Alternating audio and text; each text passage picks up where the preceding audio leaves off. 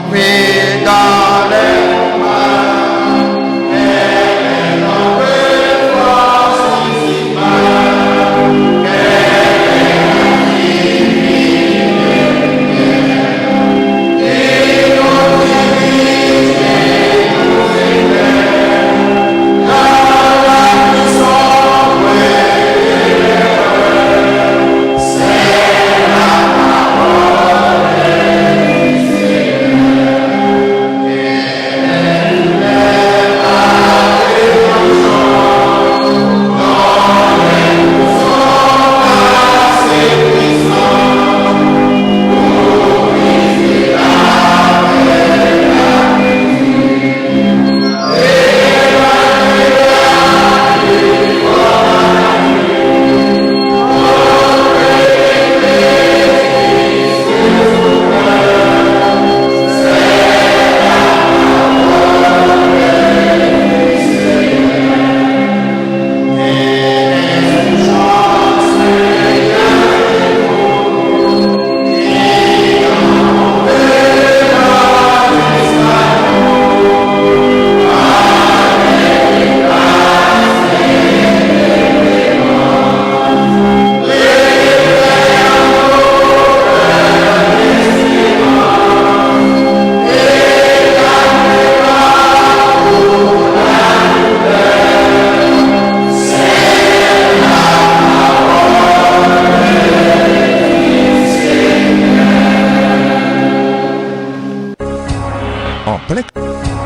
En plein cœur de Delma 19, vous écoutez la Radio Sentinelle 93.9 FM stéréo. Téléphone 28 13 54 45, 28 13 54 46.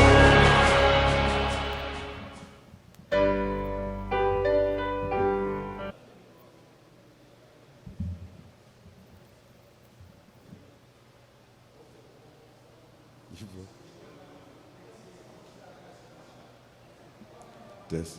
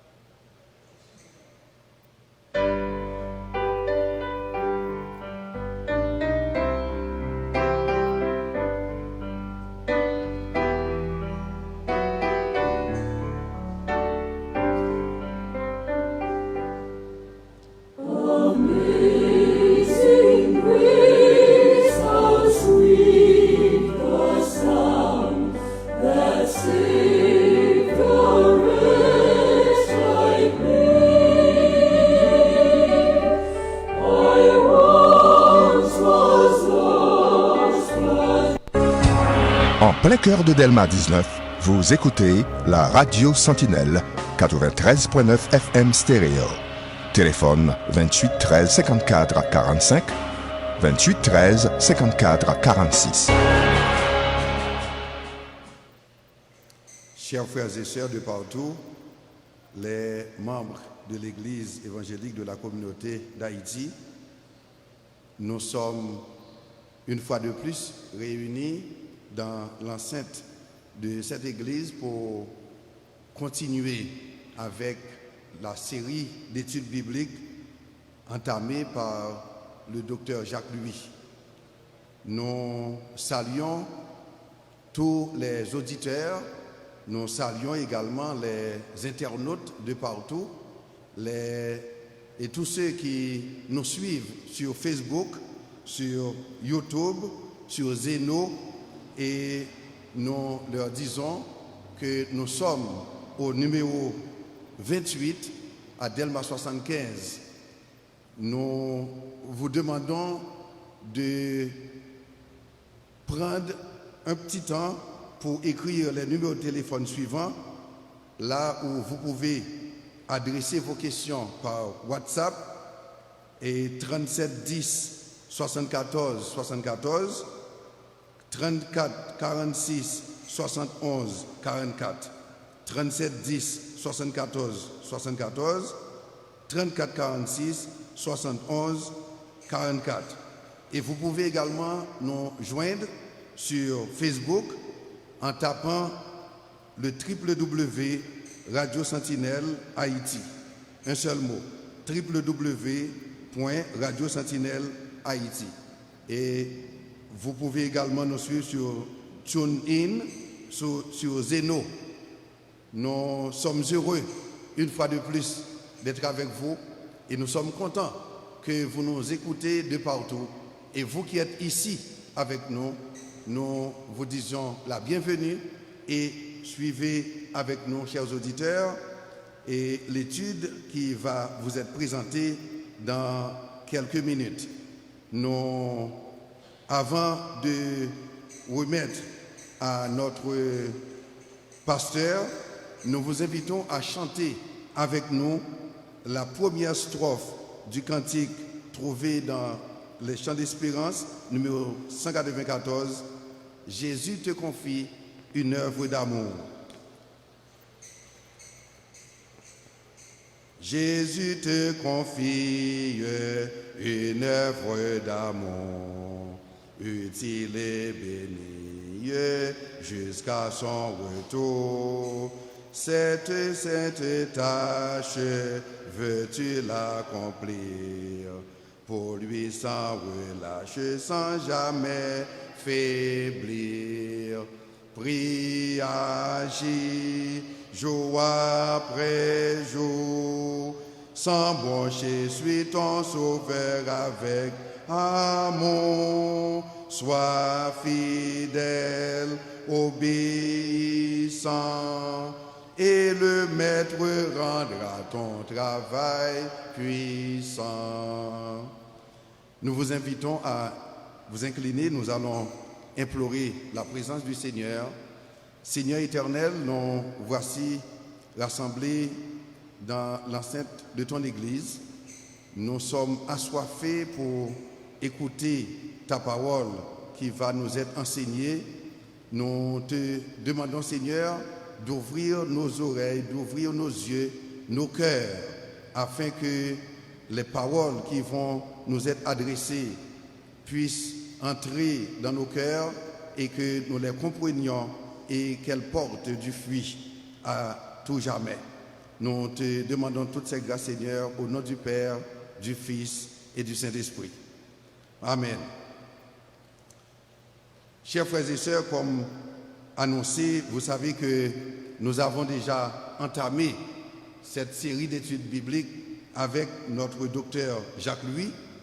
Et docteur Jacques Louis, c'est le pasteur titulaire de l'Église évangélique de la communauté d'Haïti.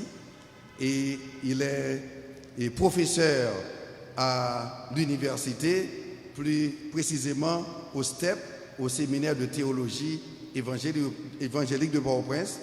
Et il détient également un doctorat dans les ministères. Et c'est l'un des ministères qu'il est en train de nous enseigner aujourd'hui, c'est l'éducation chrétienne, l'enseignement de l'éducation chrétienne.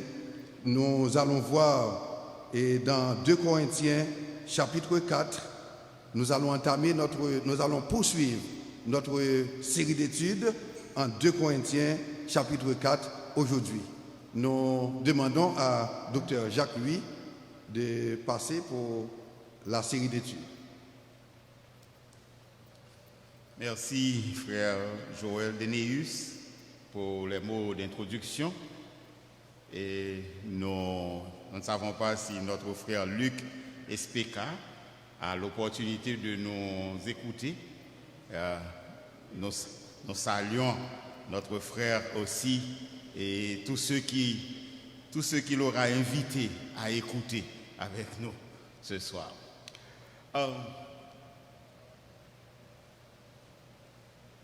Normalement, nous avons commencé notre étude sur 2 Corinthiens et à chaque fois que nous revenons, nous prenons le temps de rappeler que l'apôtre Paul a eu beaucoup de contacts avec l'église de Corinthe. Normalement, sa première visite à l'église a été au moment de la fondation de l'église. Dans cette première visite, il a passé 18 mois, 1 an et demi à Corinthe. Et ensuite, il y a eu une autre visite qu'on appelle une visite dans la tristesse. Et lorsqu'il écrit 2 Corinthiens, il est en train d'écrire pour préparer sa 3e visite à Corinthe. Dans la série de contacts aussi, il avait écrit une première lettre qui n'est pas parvenue jusqu'à nous. Et la 2e lettre que nous avons, et c'est cette lettre que nous appelons 1 Corinthiens, il y a eu une 3e lettre que nous appelons la lettre sévère, qui n'est pas parvenue jusqu'à nous. Et 2 Corinthiens, c'est la 4e lettre de Paul à l'église de Corinthe. Et comme nous avions déjà fait remarquer, Paul, il écrit 2 Corinthiens en vue de rétablir son autorité apostolique. Rétablir son autorité apostolique afin de préparer sa 3e visite à Corinthe. Et notre dernière étude s'est conclue sur la note de contraste entre la gloire du ministère de l'Ancienne Alliance et celle du ministère de la Nouvelle Alliance. L'Ancienne Alliance est appelée l'Alliance de la lettre, et l'apôtre Paul parle aussi de l'Alliance qui tue, la lettre qui tue, et le ministère de la lettre qui tue s'illustre par la mort de 3000 personnes lors de l'inauguration de l'Ancienne Alliance au Sinaï. Alors vous pouvez lire les Exode chapitre 32, verset 19 et verset 28 pour voir ce qui s'est passé lorsque Moïse est descendu avec les tables de la loi et qu'il avait brisées à cause de l'idolâtrie d'Israël. Et l'alliance, la nouvelle alliance qui est aussi appelée l'alliance de l'esprit qui vivifie, cette alliance se manifeste par le salut accordé à 3000 personnes. Et lorsque nous disons 3000 personnes, nous devons dire environ, comme le dit le texte, le jour de la Pentecôte. Actes chapitre 2 et verset 41. Donc, les 2 alliances ont commencé sur 2 notes différentes. Et c'est pourquoi l'apôtre Paul, en établissant le contraste entre l'ancienne alliance et la nouvelle alliance, il a parlé de l'ancienne alliance comme l'alliance de la lettre qui tue et de la nouvelle alliance comme l'alliance de l'esprit qui vivifie. Mais ce qu'il a montré, c'est que notre capacité vient de Dieu, même si nous sommes dans une nouvelle alliance. Mais comme Moïse, dans l'ancienne alliance, il ôtait son voile lorsqu'il paraissait devant Dieu et qu'il s'adressait à Dieu comme à un ami intime, nous voyons que Dieu lui parlait, c'était comme 2 bons amis. Et bien, sous l'alliance de la grâce, la nouvelle alliance, nous pouvons dire que nous sommes comme des Moïse. Nous avons accès auprès du Père. Jésus-Christ nous a donné accès auprès du Père. En réalité, lorsque Jésus-Christ est mort sur la croix, le voile du temple s'est déchiré pour montrer que l'accès auprès du Père est ouvert. Nous avons accès auprès du Père dans un même esprit et nous pouvons contempler la gloire du Seigneur Jésus-Christ crucifié à visage découvert et sans voile. Alors,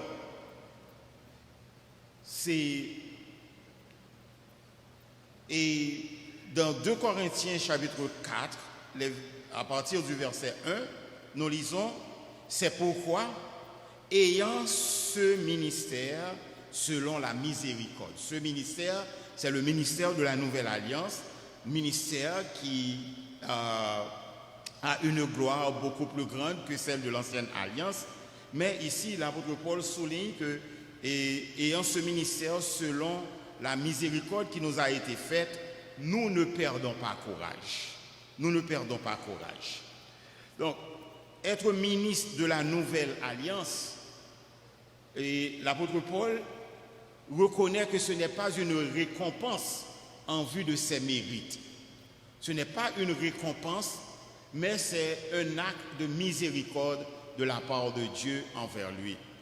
Et l'apôtre Paul sait de quoi il parle, parce que lorsque nous lisons la vie de l'apôtre Paul à travers les Actes des Apôtres, nous savons qu'à un certain point, Actes des Apôtres chapitre 8, Actes des Apôtres et chapitre 9, en fait, il persécutait les chrétiens et lorsque le Seigneur l'a rencontré, il était en route pour arrêter des chrétiens à Damas. Et c'est sur le chemin de Damas que le Seigneur l'a rencontré et l'apôtre Paul eut l'une des conversions les plus dramatiques de l'histoire du christianisme.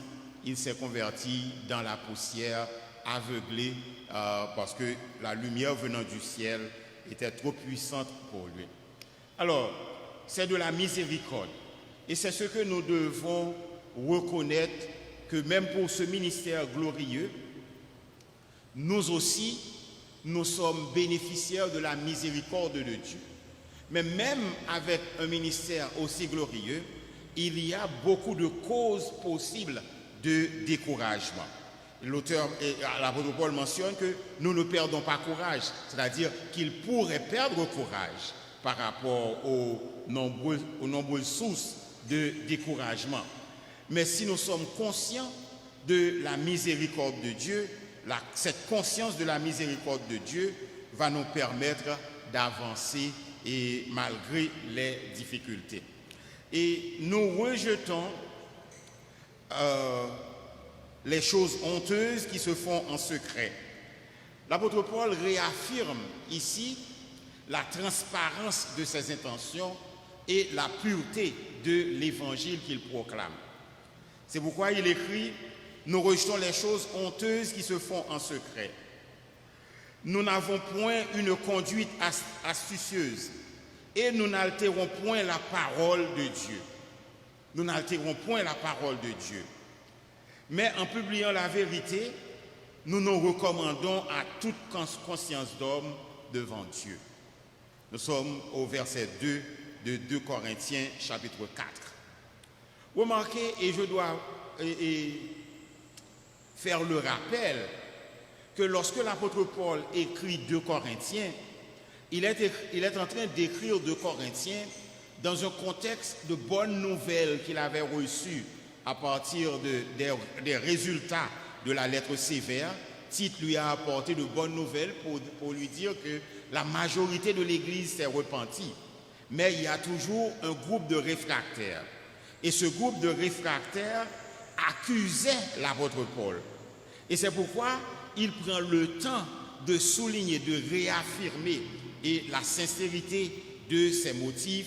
Et il prend le temps de parler de son message, l'honnêteté. Et ici, il dit, et vous remarquez, lorsqu'il dit « nous rejetons les choses qui se font en secret », alors vous comprenez que ses adversaires faisaient certaines choses et l'accusaient de ces choses. Nous n'avons pas une conduite qui essaie de tromper.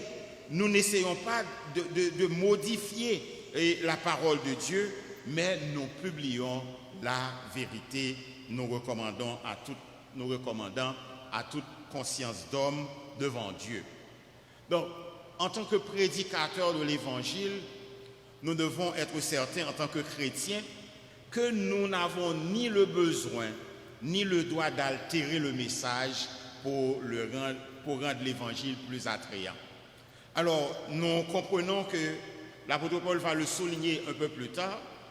C'est parce que, si vous vous rappelez, dans 1 Corinthiens chapitre 1, l'apôtre Paul a souligné que nous prêchons Christ crucifié. C'est un scandale pour les Juifs, c'est un non-sens pour les Grecs. C'est un scandale pour les Juifs, un non-sens pour les Grecs. Le message de la croix, en réalité, ne fait aucun sens pour l'intellect humain. Seule l'assistance du Saint-Esprit peut nous permettre de saisir la portée et du message de la croix.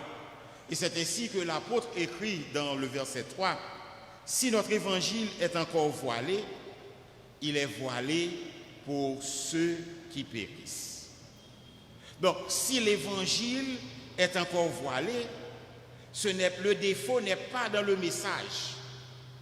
Le défaut est dans celui qui écoute le message. Et c'est assez intéressant lorsqu'il le dit, si notre évangile est encore voilé, il est voilé pour ceux qui périssent, pour les incrédules dont le Dieu de ce siècle a aveuglé l'intelligence afin qu'ils ne voient pas briller la splendeur de l'évangile de la gloire de Christ qui est l'image de Dieu. L'évangile est voilé et on comprend ici que l'apôtre Paul est en train de viser des judaïsants qui pensaient que l'évangile n'est pas clair. Mais non seulement les judaïsants, il y a aussi les païens qui ne comprenaient pas l'évangile. D'ailleurs, lorsque nous lisons dans Éphésiens, et l'apôtre Paul, il dit que l'intelligence des païens est obscurcie. Et c'est la même chose qu'il répète ici, l'évangile est voilé, le message est voilé, mais ce message est voilé pour ceux qui périssent. Ce message est voilé pour ceux dont le Dieu de ce siècle a aveuglé l'intelligence.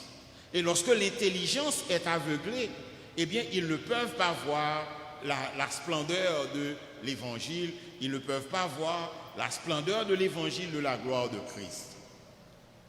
Donc, alors, on comprend ici, et pourquoi nous avions souligné que si le message n'est pas compris en réalité, selon ce que l'apôtre Paul nous dit, le défaut n'est pas avec le message, mais c'est avec l'auditeur, à celui qui écoute.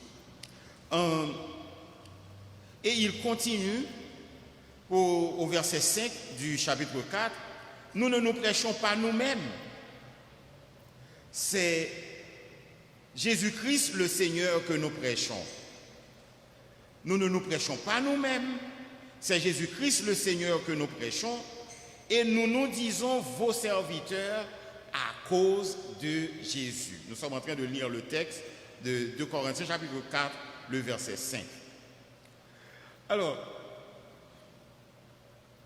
ceux qui prêchent eux-mêmes, ceux qui décident de se prêcher eux-mêmes, ils ont déjà pris la place du Seigneur. Ils se sont proclamés Seigneur, et ceux qui se prêchent eux-mêmes ne veulent pas servir.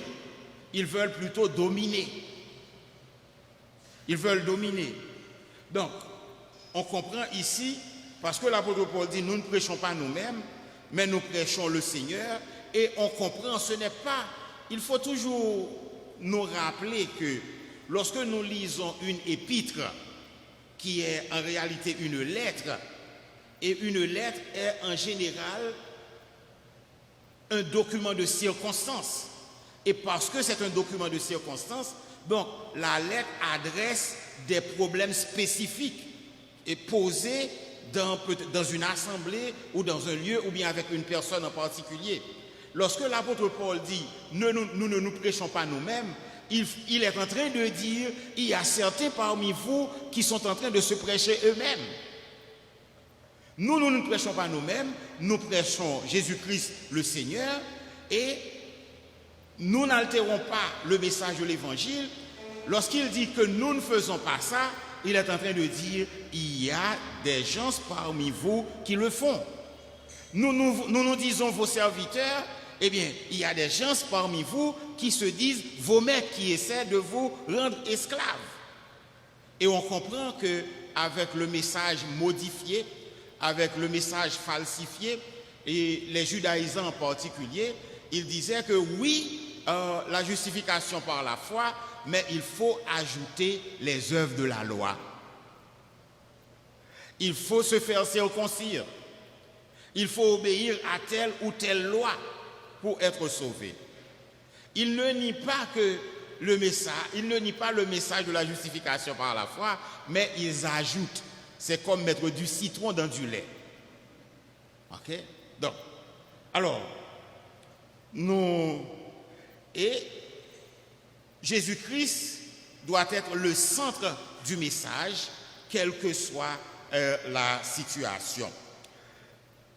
Car Dieu, verset 6, qui a dit « La lumière brillera du sein des ténèbres », a fait briller la lumière dans nos cœurs pour faire resplendir la connaissance de la gloire de Dieu sur la face de Christ.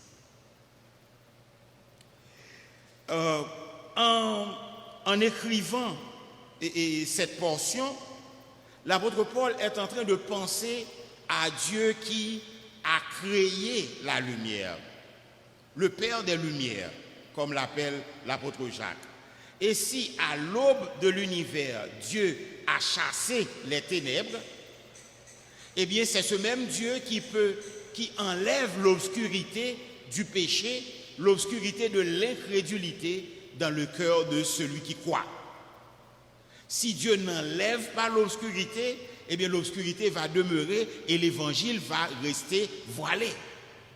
Donc c'est Dieu qui doit enlever, ou bien qui peut enlever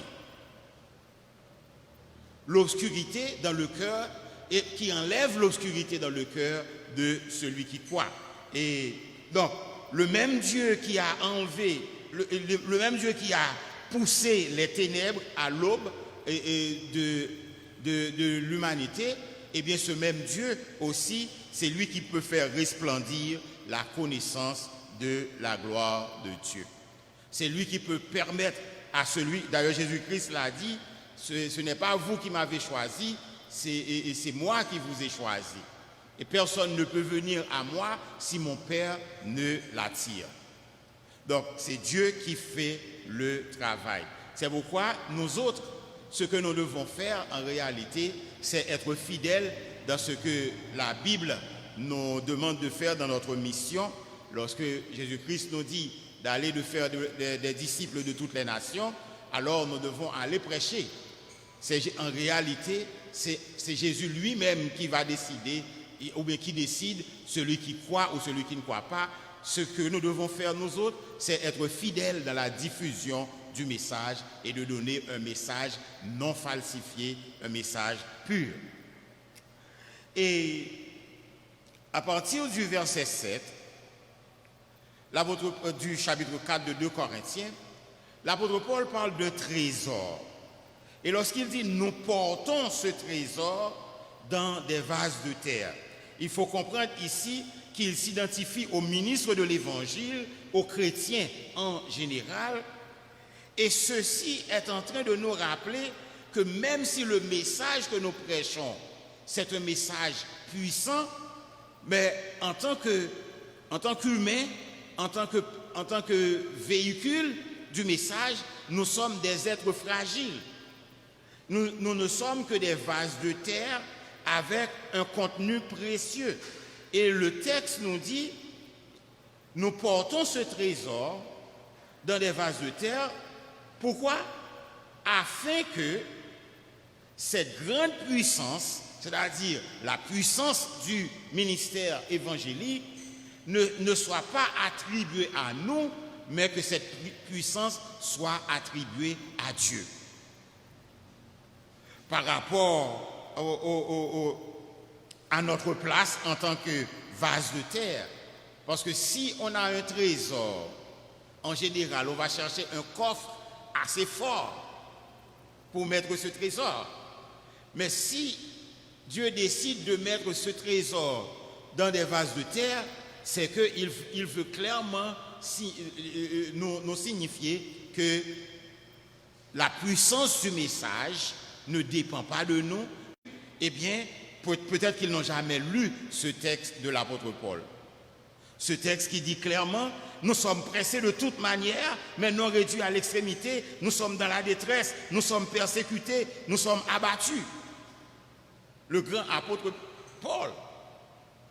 Peut-être que nous sommes beaucoup, permettez-moi l'expression, peut-être que nous sommes beaucoup plus saints que l'apôtre Paul, parce que lorsque nous venons à Jésus, tous nos problèmes sont résolus, alors que lui, il a eu à faire face à des difficultés énormes. Nous disons que ce passage est en même temps un démenti du message qui prétend que Dieu donne la tranquillité et la prospérité à ceux qui reçoivent son évangile, mais aussi c'est une confirmation que dans toutes ces choses, nous sommes plus que vainqueurs en Christ. Parce que l'apôtre le mentionne clairement, nous sommes pressés de toute manière, mais non réduits à l'extrémité. C'est-à-dire, dans toutes ces choses, nous sommes plus que vainqueurs en Christ. Parce que c'est Christ qui donne la victoire, et nous avons ce passage dans Romains, chapitre 8, versets 36 et 37, que je projette pour vous. Selon qu'il est écrit, c'est à cause de toi qu'on nous met à mort tout le jour, qu'on nous regarde comme des brebis destinées à la boucherie. Mais dans toutes ces choses, nous sommes plus que vainqueurs par celui qui nous a aimés. Nous sommes plus que vainqueurs à travers Jésus-Christ. C'est pourquoi nous pouvons ne pas perdre courage, parce que même si les difficultés viennent, même si nous sommes pressés de toute manière, mais nous ne sommes pas réduits à l'extrémité. Même si nous sommes dans la détresse, mais nous ne sommes pas dans le désespoir. Même si nous sommes persécutés, mais Dieu ne nous abandonne pas.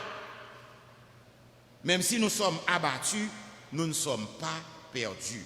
Répétant les paroles de l'apôtre Paul dans 2 Corinthiens chapitre 4, les versets 8 et 9.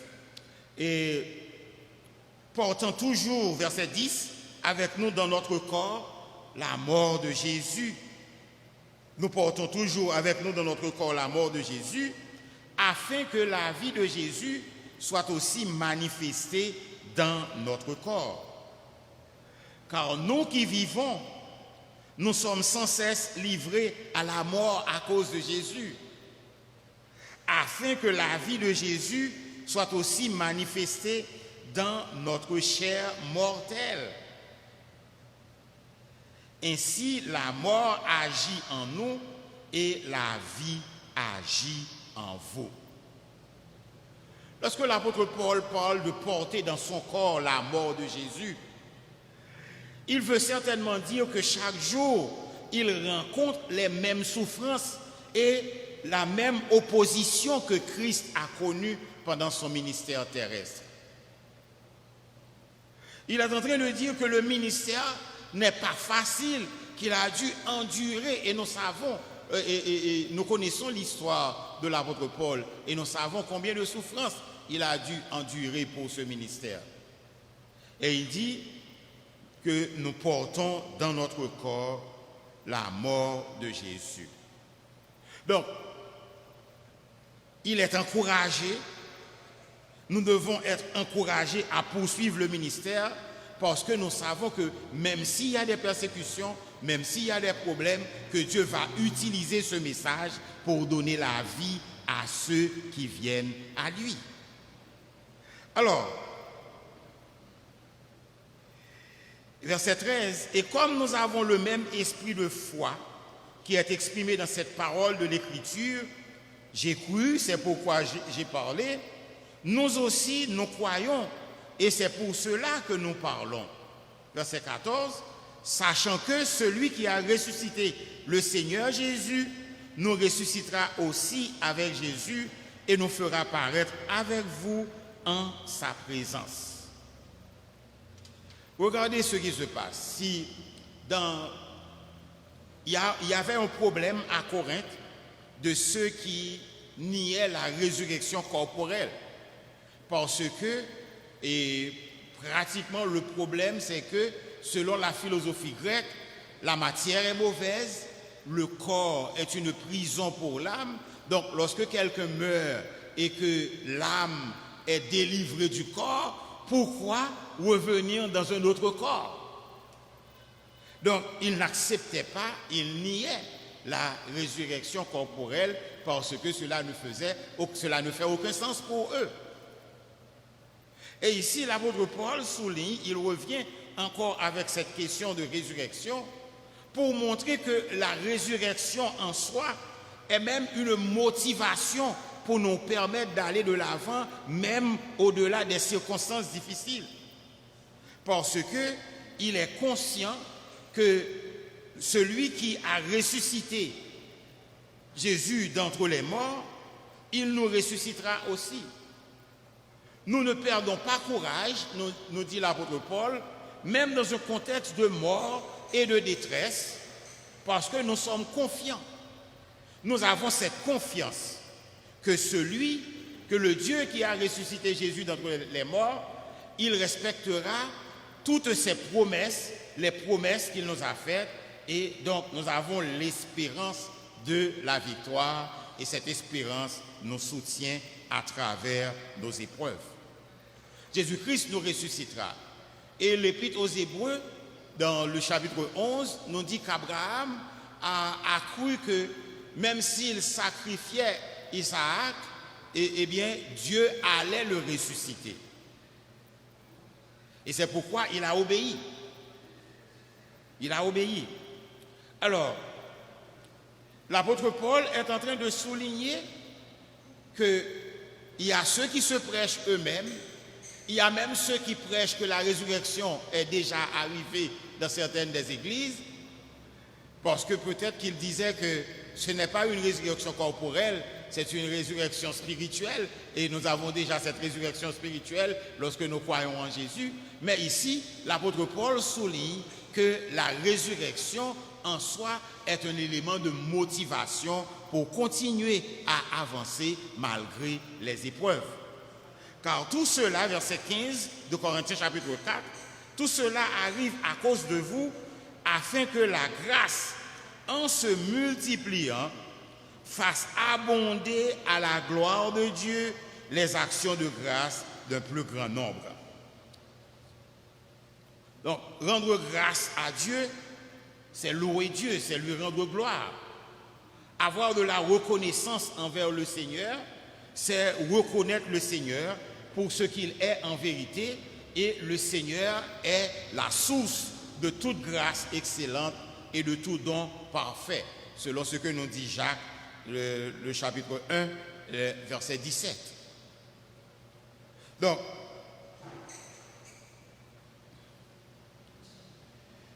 c'est pourquoi, verset 16, nous ne perdons pas courage. Il a parlé de ses souffrances présentes, des souffrances qu'il endure pour le ministère, et comme il l'avait dit en haut, nous ne perdons pas courage, il revient encore pour dire, nous ne perdons pas courage. Nous ne perdons pas courage, et même si notre homme extérieur se détruit, notre homme intérieur se renouvelle de jour en jour. Selon ce texte, selon ce que nous... Alors, on pourrait dire que dans un homme, il y a deux hommes. Il y a l'homme extérieur, ce qu'on peut voir, le côté physique, et il y a l'homme intérieur.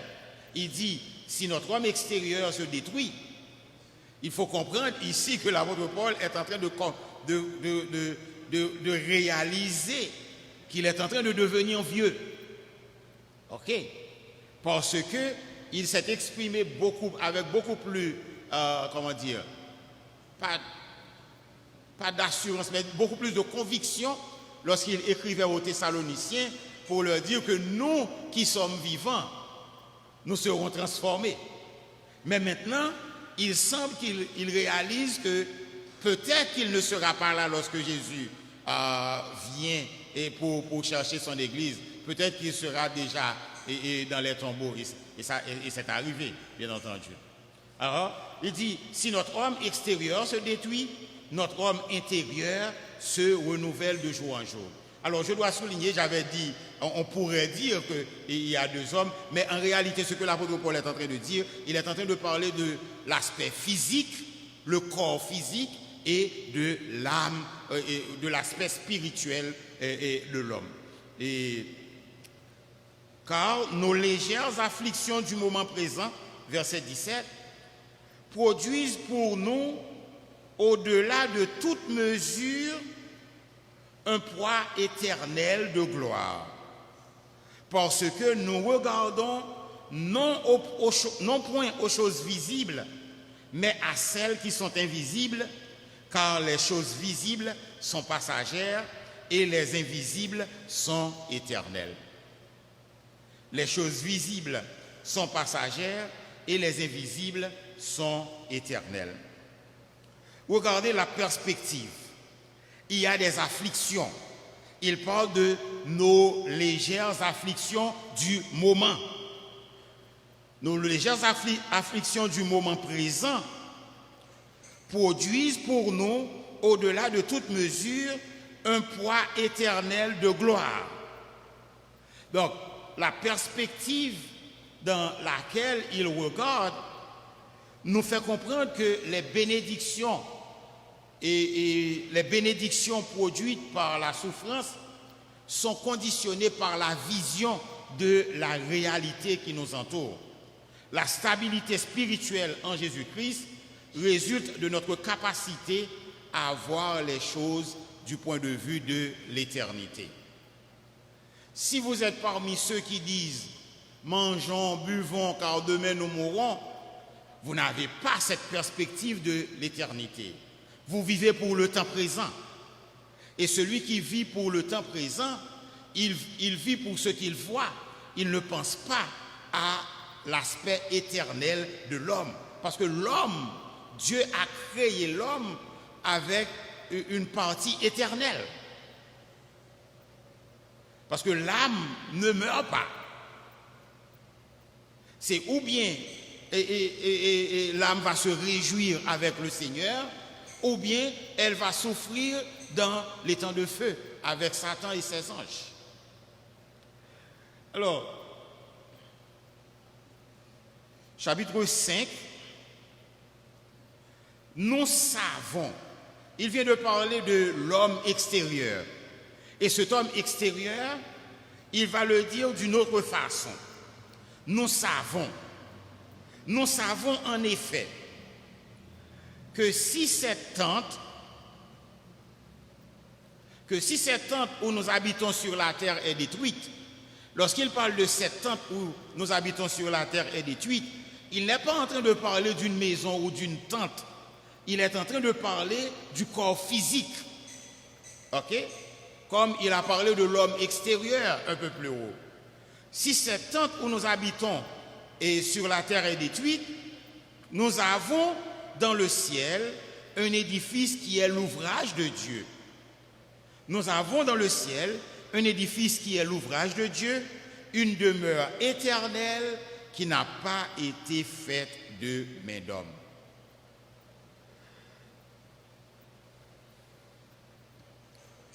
À cause des menaces constantes auxquelles faisait face l'apôtre Paul, menaces constantes de mort qui l'entourent, il devient de plus en plus conscient de la fragilité de ce corps mortel.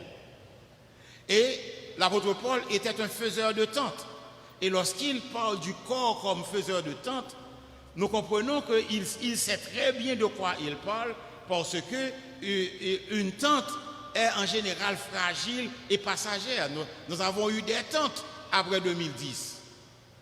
Mais lorsque viennent les vents, eh bien, les tentes sont détruites. Alors, donc, les tentes, en général, ce sont des habitations transitoires. Et ce que l'apôtre Paul est en train de nous dire ici, le corps physique que nous avons, c'est une tente. Donc, c'est une habitation transitoire. C'est une habitation passagère. Et nous avons déjà souligné qu'il l'appelle aussi son homme extérieur, qui dépérit inexorablement à cause des contraintes de la vie et à cause de l'âge. Parce qu'à un certain point, le corps ne peut plus faire ce qu'il savait faire dans le passé. Parce que le corps se détruit dans le sens. Il y a les cellules qui meurent. L'apôtre Paul a aussi parlé de sa vie comme une tente qu'il quittera subitement. Il a dit, aussi longtemps que je suis dans cette tente, eh bien, je me fais le devoir de vous tenir en éveil. Donc, la tente ici, c'est l'aspect physique de la vie. Et si si on prête l'image d'Israël dans le désert avec l'image de la tente que l'apôtre Paul souligne, ou peut-être même avec une armée qui campe, lorsque le signal du départ est donné, eh bien toutes les tentes sont défaites. La tente est défaite et à la mort, l'esprit quitte la tente pour aller habiter dans sa demeure éternelle. Donc, lorsque quelqu'un ferme les yeux ici, eh bien, c'est ce quelqu'un laisse l'enveloppe, laisse cette tente, laisse l'homme extérieur qui se détruit. Et cette personne va habiter dans sa demeure éternelle, demeure qui n'a pas été faite de main d'homme, selon 2 Corinthiens chapitre 5, le verset 1. Aussi, alors, nous avons une des plus importantes choses invisibles qui fortifie l'apôtre Paul dans l'accomplissement de son ministère, c'est la demeure éternelle que Dieu lui prépare dans le ciel. Et Jésus-Christ l'a dit aussi à ses disciples dans Jean 14, les versets 1 à 3, je vais vous préparer une place. Il y a plusieurs demeures dans la maison de mon Père. Je vais vous préparer une place, afin que là où je suis, vous y soyez aussi. Aussi, j'ai mis son nom dans cette tente, dans ce corps, désirant revêtir notre domicile céleste, si du moins nous sommes trouvés vêtus et non pas nus. Les versets 2 et 3 de 2 Corinthiens chapitre 5. Que signifie être nu? Je dois dire que c'est une difficulté biblique. Mais parmi les interprétations exprimées, je crois avoir mis ici 3. Être nu, selon certains, signifie c'est une personne non sauvée qui n'a aucun vêtement de justice qui la couvrira devant Dieu. Même si ce n'est pas ce que signifie ce texte ici, je dis que c'est une option d'interprétation, mais c'est une vérité biblique, ok? Que celui qui ne croit pas en Jésus, donc il n'a pas de justice, ok? Deuxième option, être nu serait une personne sauvée, privée de toute récompense devant le tribunal de Christ. Peut-être que vous êtes en train de penser, mais comment une personne peut être sauvée et n'avoir aucune récompense devant le bernard de Christ? Alors, ce qui arrive, quelqu'un qui reçoit Christ, disons, comme le brigand à la croix, par exemple, ou peut-être au dernier moment de sa vie, il n'a pas le temps de faire, disons, de faire du service pour Dieu. Il n'a pas le temps de gagner des récompenses. Ou peut-être quelqu'un qui est dans l'église, mais qui vient à l'église, qui est sauvé, mais cette question de comportement ou de service ne l'intéresse pas. Donc, c'est ce que l'apôtre Paul, ce sont ces personnes que l'apôtre Paul parle dans 1 Corinthiens chapitre 3 pour dire que ce sont des gens qui sont sauvés comme au travers du feu. Parce que celui qui se sauve parce que le feu envahit la maison ne pense pas à chercher des habits ou une serviette. Parce que c'est la vie qui est plus importante. Même si on était nu, on se sauve tout nu. Donc c'est l'image, lorsque l'apôtre Paul parle de ceux qui sont sauvés à travers le feu, ceux qui sont sauvés comme au travers du feu, et nous parlons de chrétiens, et il cite ces chrétiens comme étant des chrétiens charnels, mais nous parlons aussi de ceux qui reçoivent Christ au dernier moment de leur vie. OK? Alors, la première option, c'était une personne non sauvée qui n'a aucun vêtement de justice qui la couvrira devant Dieu. Deuxième option, une personne sauvée, privée de toute récompense devant le tribunal de Christ. Et si vous regardez ce que j'ai ici dans la projection, vous voyez que même si ce n'est pas une question, je mets un point d'interrogation parce que c'est une option. Donc, c'est une façon de dire que c'est possible, peut-être pas. Et la troisième option, c'est être démuni de corps entre sa mort et sa résurrection, donc nu dans le sens d'un esprit désincarné. Nu dans le sens de l'esprit désincarné. Cela correspond bien, cette option correspond bien à l'image dont se faisaient les philosophes grecs. Et ils voulaient que leur esprit reste dans cet état d'un esprit désincarné. Lorsque nous parlons d'un esprit désincarné, c'est un esprit qui n'a plus de chair. Et selon les philosophes grecs, qui n'a plus de corps physique qui lui serve de prison. Un esprit désincarné. Alors, maintenant, vous allez me demander, mais qu'est-ce que Paul voulait dire en réalité? Et selon la troisième option, selon beaucoup, Paul voudrait ne pas avoir à passer par la mort physique, et c'est-à-dire par l'état des esprits sans corps, par lequel doivent passer ceux qui meurent avant le retour de Jésus-Christ. Cependant, pour moi, c'est que le verset 4 explique clairement la pensée de l'apôtre. Alors, je vous ai donné les options d'interprétation, mais regardez ce que nous dit le verset 4 de 2 Corinthiens chapitre 5. Il dit, car tandis que nous sommes dans cette tente, nous gémissons accablés parce que nous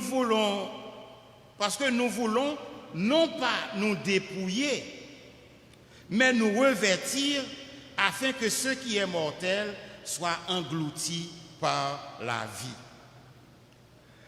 Alors, pourquoi je dis que ce verset éclaire pratiquement ce que l'apôtre Paul est en train de dire? C'est que lorsqu'il dit clairement que nous gémissons dans cette tente, désirant revêtir notre domicile céleste, certains pourraient penser que l'apôtre Paul il est suicidaire. Mais pour Paul, la mort n'est pas un dépouillement, mais c'est un revêtement de la vraie vie. Les misères de notre habitation actuelle, ce sont les causes de nos gémissements et de cette aspiration à la glorification de tout notre être. Alors, et ce que l'apôtre ici est en train de communiquer, il ne veut pas, c'est à peu près, en général, je fais cette blague avec les étudiants du CEP, lorsqu'ils disent « Ah, pasteur et professeur, il faut nous laisser partir parce que la vie n'est pas bon. » Et je leur dis toujours « Mais vous êtes des chrétiens. Si vous mourrez dans la rue, vous êtes dans la gloire avec le Seigneur. » En fait, ça ressemble à une blague, mais c'est une vérité. C'est une vérité. Que celui qui croit au Seigneur, quelle que soit la façon de s'en aller, il s'en va vers son Seigneur. Il s'en va vers son Seigneur. Même si nous n'aimons pas, nous ne voulons pas nous en aller. Okay. Alors, l'apôtre Paul est en train de dire ce qui est meilleur. En fait, il l'a dit dans Philippiens, je crois que c'est le chapitre 1,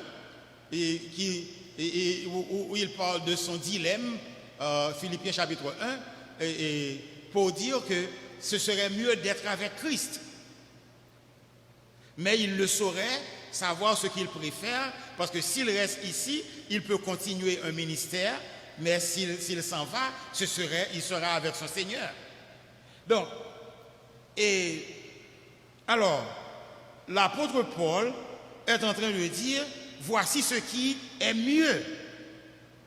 Et je ne vais pas me retrouver nu parce que lorsque je change cette enveloppe, alors je vais revêtir ma demeure éternelle.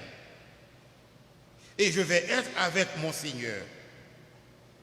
Donc, ce n'est pas en réalité un dépouillement, c'est un revêtement. Ça nous donne un peu l'idée que l'apôtre Paul partage aussi concernant le dépouillement de Jésus. Lorsqu'il parle du dépouillement de Jésus, il dit que Christ s'est dépouillé en prenant.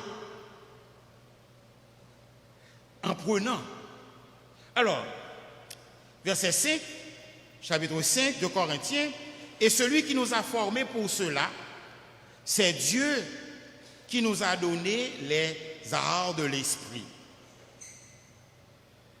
Nous sommes donc toujours pleins de confiance et nous savons qu'en demeurant dans ce corps, nous demeurons loin du Seigneur.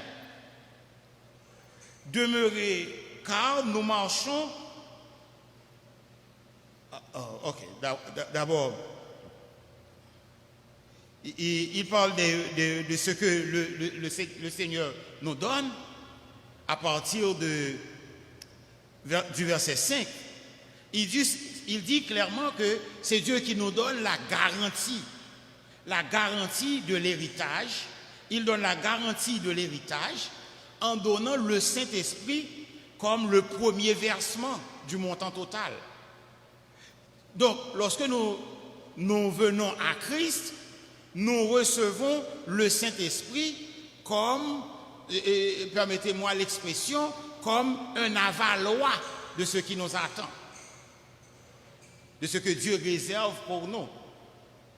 Donc, c'est comme un premier versement, comme un versement de garantie. Donc, pardonnez-moi si vous lisez « ils pouvons », c'est « nous pouvons ». Okay. Nous pouvons avoir la certitude que la fin de la vie terrestre donne accès immédiat dans la présence du Seigneur. Donc, lorsque nous laissons cette enveloppe, nous revêtons la demeure éternelle. La demeure qui n'est pas faite de main d'homme. Car nous marchons non par la foi, versets 7 et 8, car nous marchons par la foi et non par la vue. Nous sommes pleins de confiance et nous aimons mieux quitter ce corps et demeurer auprès du Seigneur. C'est pourquoi le chrétien ne cherche pas la mort. Et le suicide est un mal et un péché parce que celui qui se suicide s'attribue un droit qui appartient à Dieu seul. Et la mort reste un grand ennemi selon 1 Corinthiens 15, verset 26, un ennemi que nous vaincrons, que Jésus-Christ a vaincu. La mort reste un grand ennemi par la souffrance et la séparation qu'elle produit. Mais la mort, lorsque l'apôtre Paul dit que la mort est à désirer ici, c'est parce qu'elle donne accès au véritable chez nous auprès du Seigneur. C'est parce qu'elle donne accès à notre demeure éternelle. Nous chantons que c'est fermé géo ici, l'ouvrir l'autre bord. Ok. Celui qui meurt en Christ monte aussitôt au ciel pour revêtir son domicile céleste. Donc, le chrétien qui meurt parvient immédiatement à la perfection, selon Hébreux 12, verset 23. Il se trouve en présence de son Sauveur et Seigneur, ce qui de beaucoup est le meilleur, nous l'avions mentionné et tantôt, Philippiens 1, verset 23, tout en attendant la résurrection, quand Dieu lui donnera un corps semblable à celui de Jésus-Christ. Philippiens, il nous faut tous comparaître devant le tribunal de Christ afin que chacun reçoive selon le bien ou le mal qu'il a dans son corps. C'est pourquoi l'apôtre Paul parle du bien et du sans valeur, ce que le texte traduit par mal. Il dit et ce que chacun reçoive selon le bien ou des choses sans valeur qu'il aura fait étant dans son corps. Donc, alors,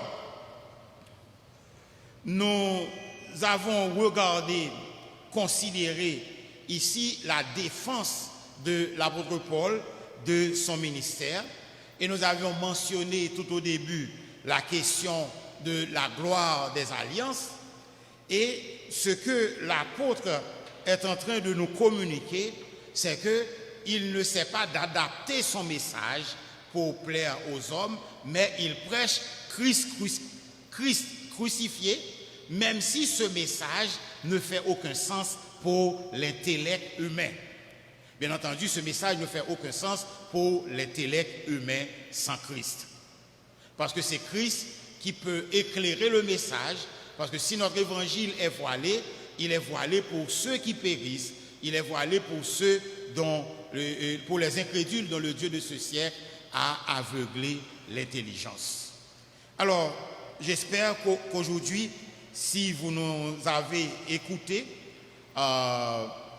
que vous êtes conscients qu'en tant que chrétiens, nous sommes dans une tente, nous vivons dans une tente et notre corps extérieur, comme le corps de l'apôtre Paul, se détruit, mais notre âme, notre corps intérieur, notre homme intérieur se renouvelle de jour en jour.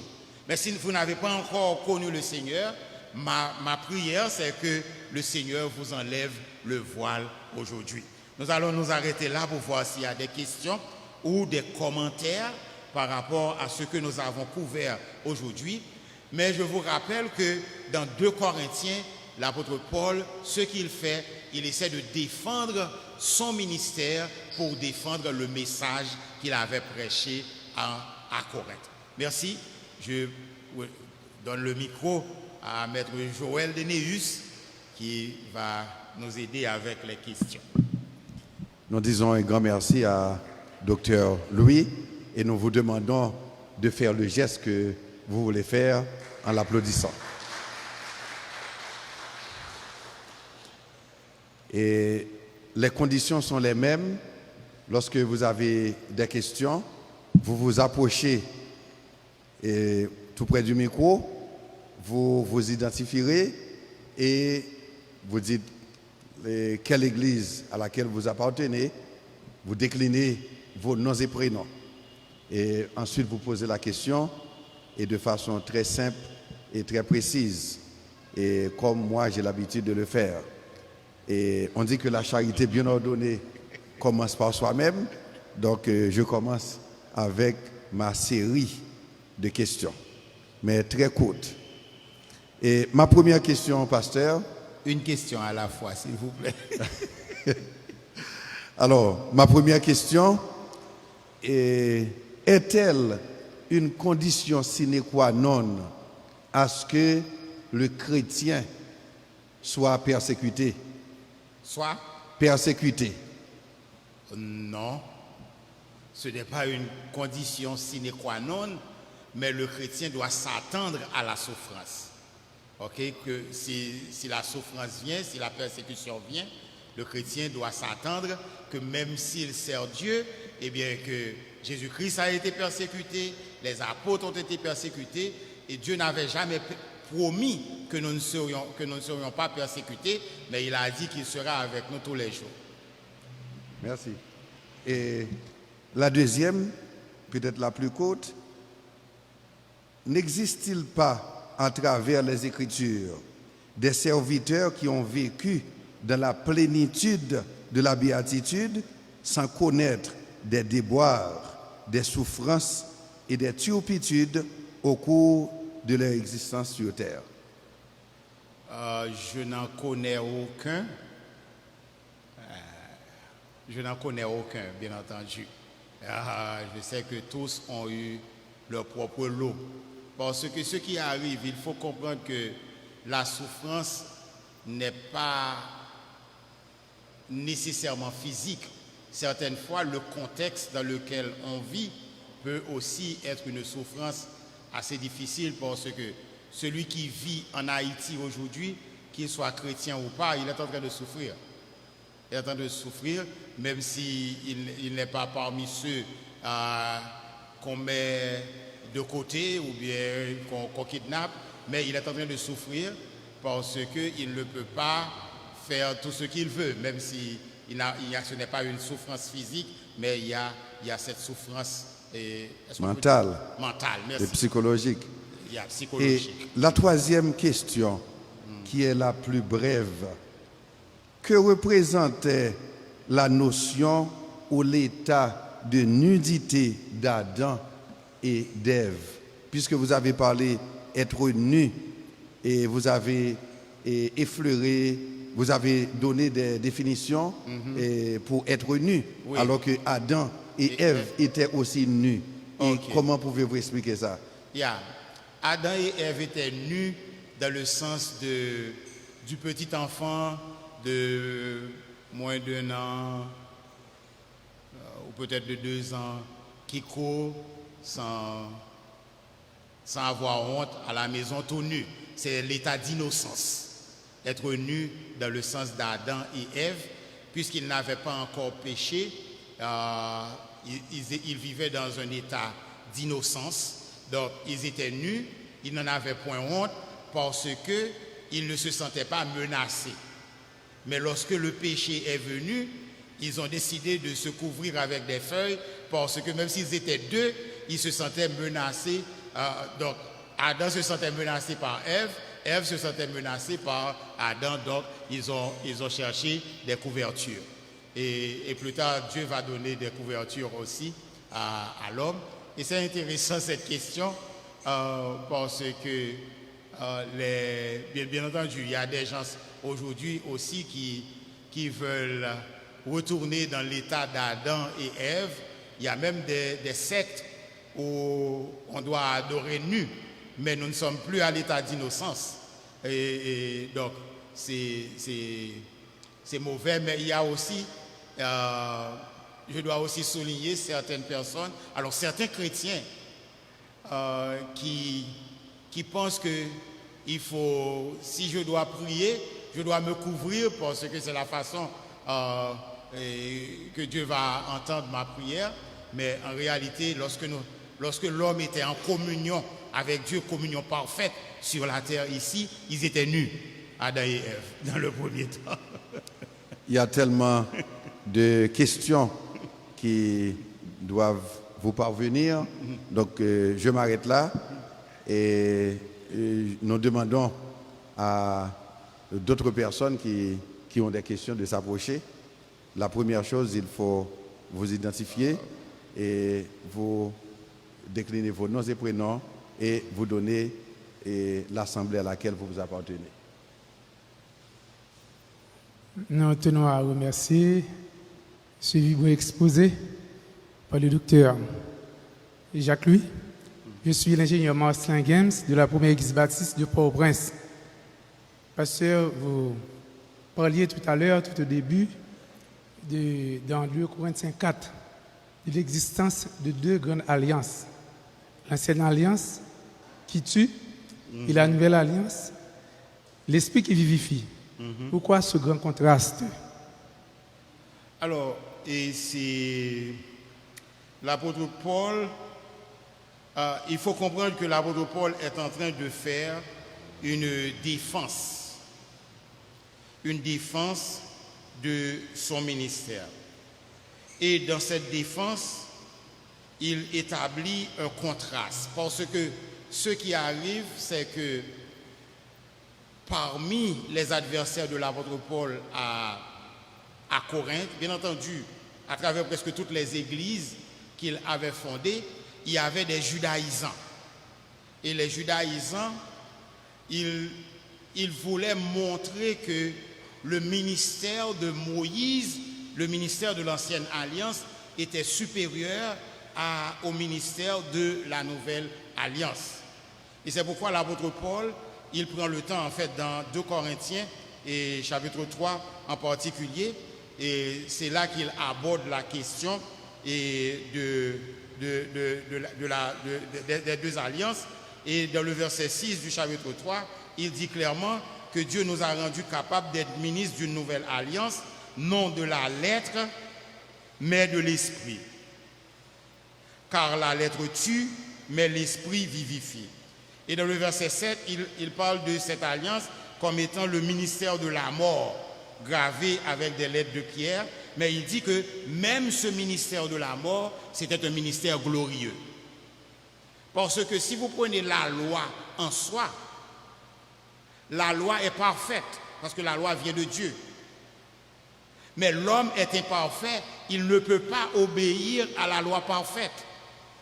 Et c'est pourquoi l'apôtre Paul dans Galates, il a dit que la loi a accompli son rôle, parce que la loi était un pédagogue qui devait nous conduire à Christ. Lorsque la loi nous a conduits à Christ et Christ est venu, donc la loi a cessé son rôle. Et Jésus-Christ a clairement dit qu'il est venu accomplir la loi. Et remarquez, nous avions souligné au début que lorsque Moïse est descendu de la montagne avec les tables de la loi et que les Israélites avaient péché, surtout les péchés d'idolâtrie, Moïse a dû briser les tables de l'alliance. Quelqu'un a fait remarquer que si Moïse était entré dans le camp avec les tables de l'alliance, alors le peuple entier aurait péri. Mais il y avait lorsque cela s'est passé, il y avait Moïse avait demandé qu'il y ait une certaine punition, et le texte nous dit qu'il y avait environ 3000 hommes qui étaient mis à mort en ce jour-là. Et l'apôtre Paul prend l'exemple de ce qui s'est passé à la Pentecôte. Alors, lorsque nous réalisons que le jour de la Pentecôte, le jour où le Saint-Esprit a commencé, et cette nouvelle, disons, Jésus-Christ a signé l'alliance avec son sang, mais le Saint-Esprit a commencé avec l'exécution de la nouvelle alliance en Actes chapitre 2. Et dans Actes chapitre 2, nous lisons qu'en ce jour-là, environ 3000 personnes se sont converties au Seigneur. Avec l'ancienne alliance, 3000 personnes sont mortes. Avec la nouvelle alliance, 3000 personnes sont sauvées. Alors vous comprenez pourquoi l'apôtre Paul met le contraste. Et il dit, lorsque Moïse descendait de la montagne, son visage resplendissait et les gens regardaient, mais à un certain point, après donc cela, il n'y avait plus cette gloire sur le visage de Moïse, et Moïse a mis un voile sur son visage pour que les gens ne voient pas. Mais lorsqu'il retourne à Dieu, il enlève le voile. Mais lorsqu'il revient vers le peuple, il met le voile. Et Paul dit, le voile est encore sur les cœurs, même si on lit, mais on ne comprend pas. Alors, et c'est pourquoi il a pris l'exemple pour dire que si le message de la nouvelle alliance, si le message de l'évangile est voilé, eh bien ce message est voilé pour ceux qui périssent. Ce message est voilé pour ceux dont le Dieu de ce siècle a aveuglé l'intelligence pour qu'ils ne voient pas briller la splendeur de l'évangile. Donc, l'ancienne alliance préfigurait la nouvelle alliance. Ce qui se faisait dans l'ancienne alliance, c'est quelque chose qui devait nous amener à la nouvelle alliance. D'ailleurs, l'Épître aux Hébreux va dire que si l'ancienne alliance était sans défaut, on n'aurait pas besoin d'une nouvelle alliance. Donc c'est pourquoi aujourd'hui, même si nous avons le Saint-Esprit qui nous aide même à travers nos faiblesses. Mais dans la loi, Et le Saint-Esprit était toujours présent, mais le Saint-Esprit était venu sur certaines personnes qui avaient des tâches spécifiques à accomplir. Donc c'est pourquoi il y a eu cette différence avec l'apôtre Paul, ce contraste qui montre que la nouvelle alliance est de beaucoup meilleure à l'ancienne alliance.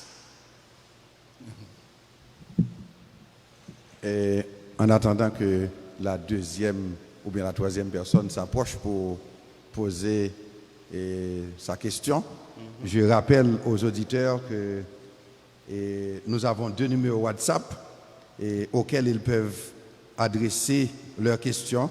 C'est 37 10 74 74, 37 10 74 74, le 34 46 71 44. Et vous pouvez également nous suivre sur Facebook et YouTube. Vous tapez le www.radiosentinellehaïti.com. Donc nous attendons la prochaine personne qui va poser la prochaine question. Donc il y a le frère qui s'amène. Merci. Bernardin Saül de cette église. Pasteur, je vous demanderai, pas tellement une question que j'ai à vous poser, mais je vous demanderai de vous étendre un peu sur le verset 6. Car il m'a l'air d'être un cheveu dans la soupe, bien sur la soupe, parce que je ne comprends pas l'articulation entre ce qui est dit avant et ce verset. Vous dites le verset 6 dans quel chapitre? 4. Chapitre 4. 2 Corinthiens 4, verset 6. Dieu qui a dit que la lumière brillera du sein des ténèbres, a fait briller la lumière dans nos cœurs, afin que, pour faire resplendir la splendeur. Oui. Alors, et ce verset en particulier, lorsqu'il parle de car Dieu qui a dit, vous vous rappelez dans Genèse chapitre 1, verset 3, Dieu avait dit que la lumière soit, et la lumière fut. Donc, c'est à cela que l'apôtre Paul fait référence dans cette première partie, la lumière brillera du sein des ténèbres. C'est comme que la lumière soit. OK? Et maintenant, la deuxième partie, lumière, est utilisée dans le sens de compréhension. OK? Et Dieu a fait briller la lumière dans nos cœurs. Dieu nous permet de comprendre. Dieu nous permet de comprendre. Donc Dieu a enlevé pour nous le voile. Il a enlevé pour nous le voile pour que nous puissions avoir une connaissance ou bien pour que nous puissions le connaître.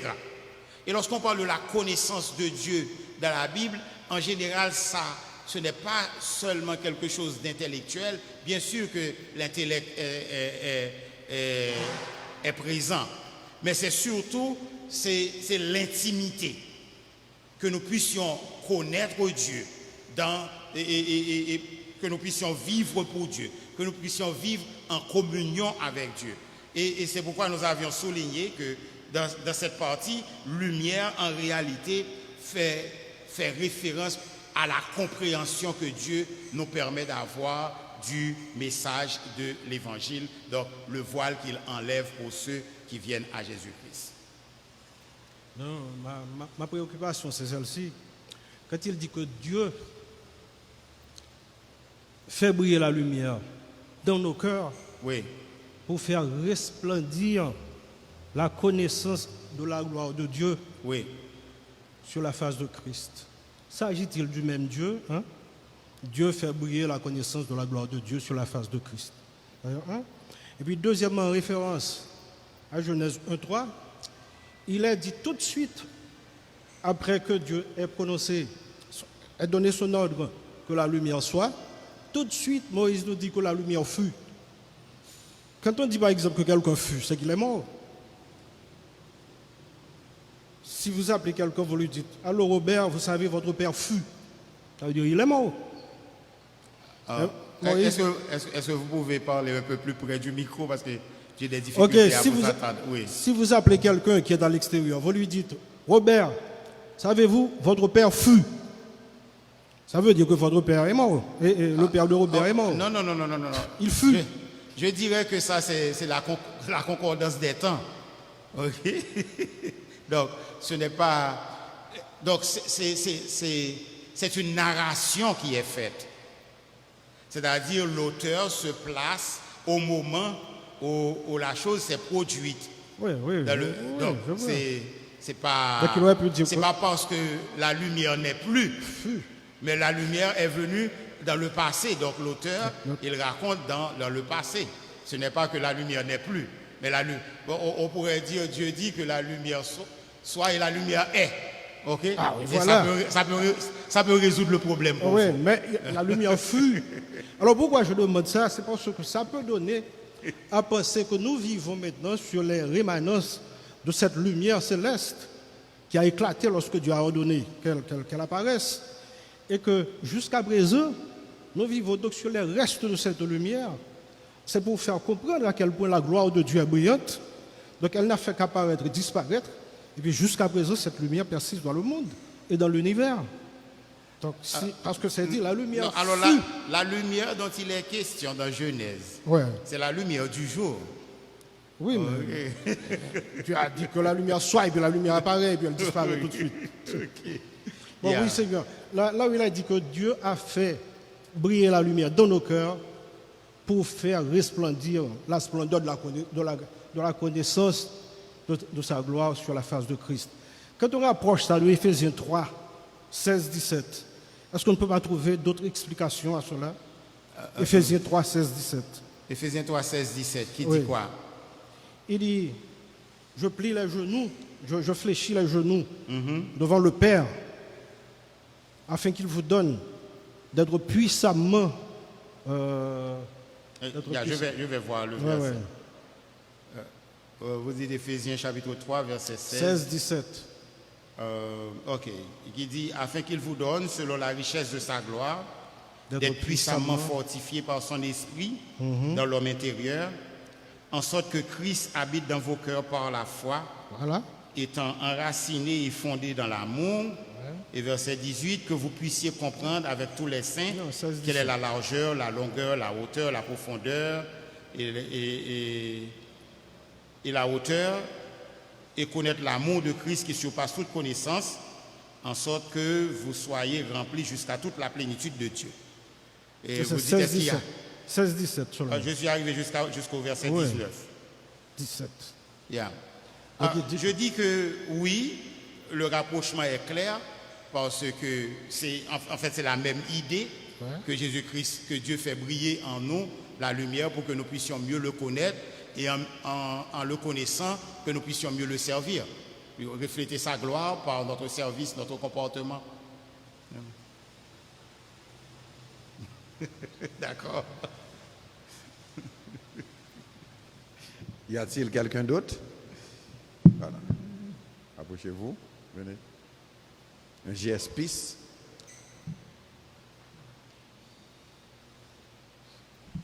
Merci. Bonsoir docteur. Bonsoir tout le monde. Je suis James Peterson Joseph et je suis membre du GSP ECEH. Oui, en fait, je voudrais vous poser une question. Entre-temps, je dois vous remercier pour votre exposé. Je vous remercie pour votre exposé. Oui, en fait, vous avez dit que si l'évangile est voilé, il est voilé. Alors, le texte biblique le dit. Oui, seulement. Il est voilé pour ceux qui périssent. Et je vais me référer à cette logique qui dit, qui affirme, il y a traduction traite.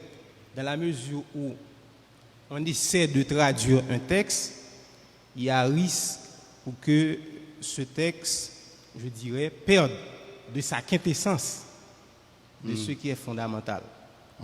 Et supposons que dans une assemblée, eh bien, aucune personne n'est en mesure de traduire un texte qui est d'une importance capitale. Est-ce qu'on pourra dire que toute l'assemblée sera périe? Si l'assemblée, personne ne peut traduire un texte capital, oui, est-ce un texte important et qui est d'une très grande importance. et que ce message est important et que personne ne soit en mesure de le traduire, en dehors de l'aide du Saint-Esprit, est-ce qu'on pourra dire que toute l'Assemblée sera périe? Toute l'Assemblée périra? Oui, périra ou sera périe. Ok. Alors, remarquez ce que l'apôtre Paul avait dit. Il a dit que nous bénéficions ayant donc ce ministère selon la miséricorde. Parce que Dieu va faire la provision. Et puis ceux qui arrivent, je ne pense pas qu'il y ait un texte extrêmement important qui pourrait perdre quelqu'un dans la Bible que nous ne comprenons pas. Parce que le texte essentiel nous dit clairement que Jean 3,16, que Dieu a tellement aimé le monde qu'il a envoyé son Fils unique afin que quiconque croit en lui ait la vie.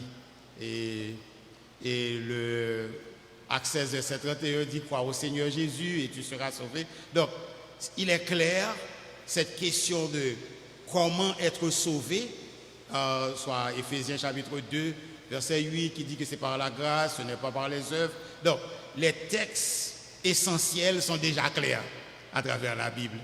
Donc, on va être perdu si on ne croit pas. Et le Saint-Esprit a déjà arrangé les textes bibliques de façon claire pour nous. Mais ce qui arrive, c'est que même avec les textes clairs, lorsque nous sommes dans le contexte du salut, même avec les textes clairs, c'est voilé pour ceux qui périssent. C'est voilé pour ceux qui sont aveuglés.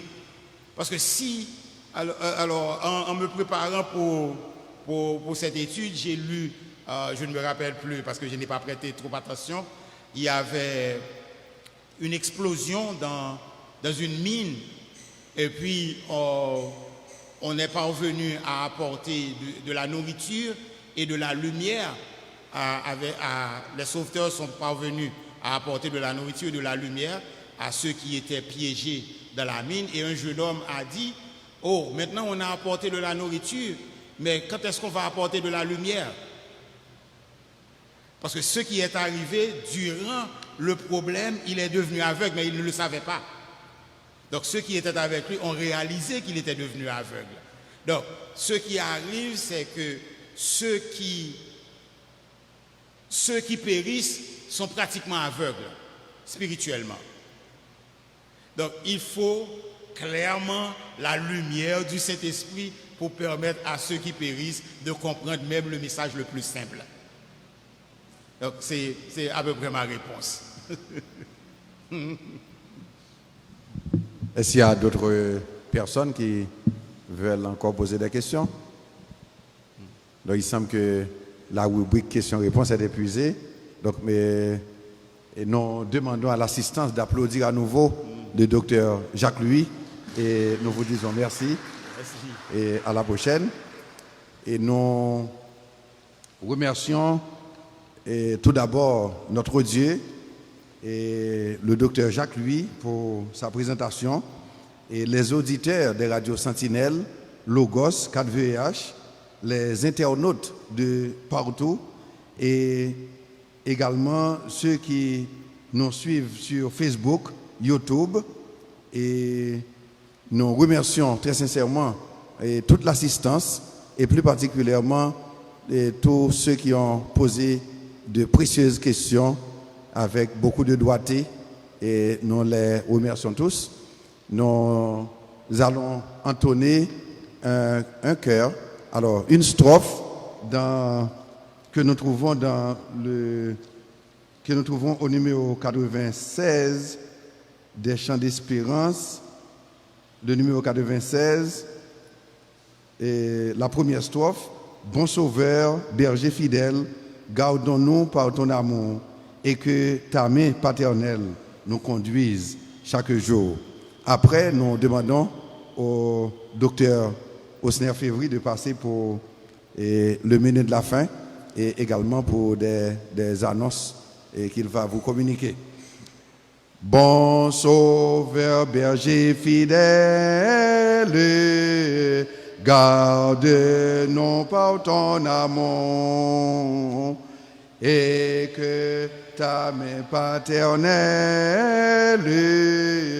nous conduise chaque jour.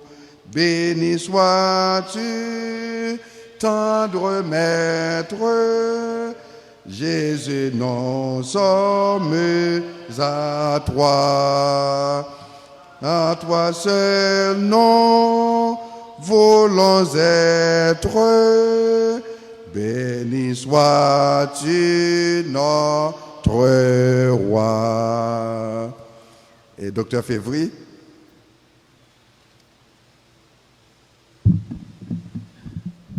Merci, Maître Dénéus.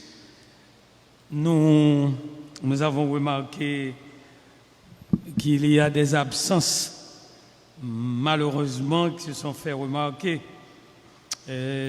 L'ingénieur Delinois, qui est toujours la première ou la deuxième, non, la troisième personne à poser ces questions, il n'est pas avec nous. Luc, qui fait office de présentateur et d'introducteur du conférencier, n'est pas là. Et puis Martine, qui n'est pas là pour le melon de la soirée. Alors nous saluons Martine et puis docteur Delinois, ingénieur Delinois, Luc SPK. Luc, on t'a manqué ici. Nous remercions nos frères et sœurs de la première église qui sont toujours là depuis quelque temps chaque mardi. Et merci pour vos questions. À partir de demain soir, c'est la retraite pascale avec le groupe d'hommes et le groupe des dames de l'église. Nous aurons mercredi, jeudi, 2 jours, un service spécial. D'abord, demain soir avec le frère Patrick Joassin pour une réflexion sur le sacrifice, la signification de la croix. Demain, mercredi, à partir de 5 heures. Jeudi, toujours à partir de 5 heures, ce sera le tour de l'ingénieur Achille. L'ingénieur Tony Achille présentera sa réflexion en prélude au vendredi. Et le vendredi, nous aurons un service spécial liturgique ici avec le pasteur Marc Véty Coquillon, pasteur associé de l'Église, et tout un ensemble de dirigeants de l'Église. Nous allons l'assister pour préparer un beau service traditionnel de vendredi saint. Samedi, de 3h à 5h. Remarquez bien, mercredi 5h, jeudi 5h, vendredi 5h, mais samedi, de 3h à 5h, ce sera une formation au profit de tous les diacres de l'Église avec notre conseiller spécial du comité exécutif, le docteur Leslie Jules. Donc, s'il vous plaît, retenez bien. Mercredi, Patrick Joassin, groupe d'hommes. Jeudi, ingénieur Tony Achille, le président du groupe d'hommes. Vendredi, pasteur Coquillon, un service spécial tournant ou devant tourner autour des paroles de la croix et qui sera suivi aussi d'une méditation de pasteur Coquillon. Que feriez-vous si le Christ traversait Port-au-Prince avec sa croix? Et puis, samedi après-midi, 3 à 5, c'est le tour des diacres pour une formation spéciale avec le docteur Leslie Jules. Et puis, dimanche matin, nous aurons notre service de Pâques avec notre pasteur Jacques Louis. Un beau service de Pâques. Donc, vous avez tout un menu. Que le Seigneur vous bénisse. Et ce soir à 9h, ce sera la reprise de ce service. Et pour ceux qui auront des difficultés pour ne pas être physiquement avec nous, pour ne pas être en présentiel, nous leur annonçons que les services de mercredi, jeudi, vendredi et même samedi jusqu'à dimanche matin seront diffusés en direct, Facebook, YouTube, Radio Sentinelle 93.9 FM et puis Logos 99.9 et en coordination avec le 94.1 dans le Nord. Il y a des gens de la CUL, de Fort-Liberté et un pasteur qui me dit qu'ils aiment beaucoup les reprises des études bibliques du docteur Jacques Louis que diffuse, paraît-il, par la suite la radio 4VEH, notre partenaire. Alors merci, que le Seigneur vous bénisse. À demain après-midi, venez à l'heure, avant 5 heures, et emmenez des amis, s'il vous plaît.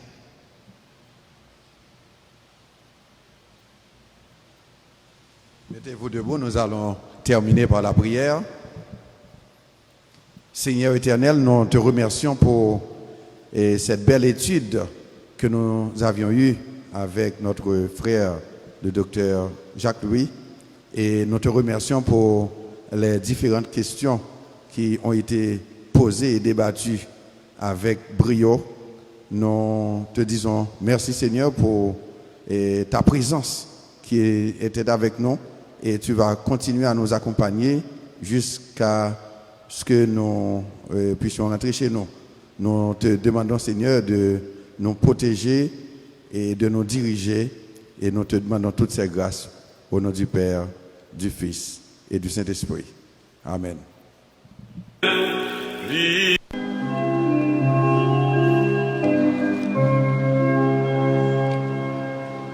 Pour triompher dans les